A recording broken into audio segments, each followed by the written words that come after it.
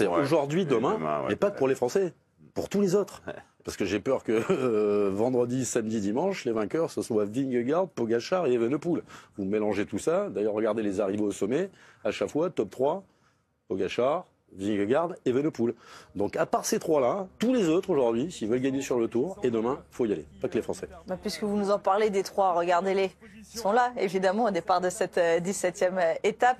Tadej Pogačar qui s'avance, évidemment, et qui va retrouver Jonas Vingegaard avec ce maillot à pois sur les épaules, Remco Evenepoel en blanc.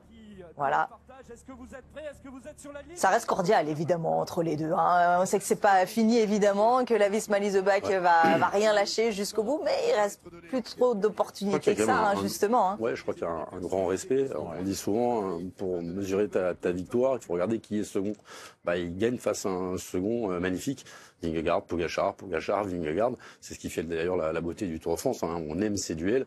La victoire de Pogačar avec Vingegaard, j'ai refait les stats là sur la montée, c'est Vingegaard qui a été impressionnant si on compare avec la montée de Pantani. Lui aussi, il est à un super niveau.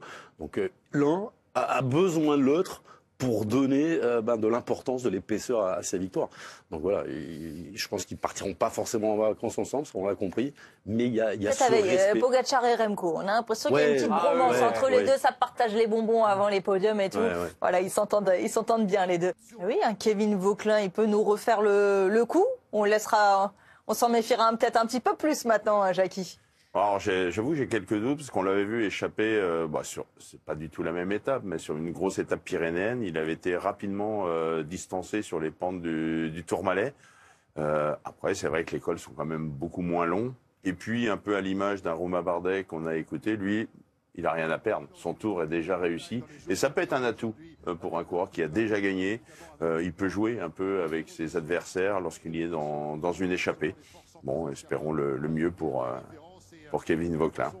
Biniam Girmay arrive sur la ligne, prêt à s'élancer pour cette 17e étape. Sans pression, Kevin Vauquelin, c'est là qu'on est le meilleur, Steve? Oui, alors je suis d'accord avec Jackie, mais c'est vrai que Kevin Vauquelin, depuis quelques jours, on sent quand même que autant en début de tour, il était intenable, voire même parmi le top 10 des meilleurs coureurs physiquement. Là, on s'est rangé un peu.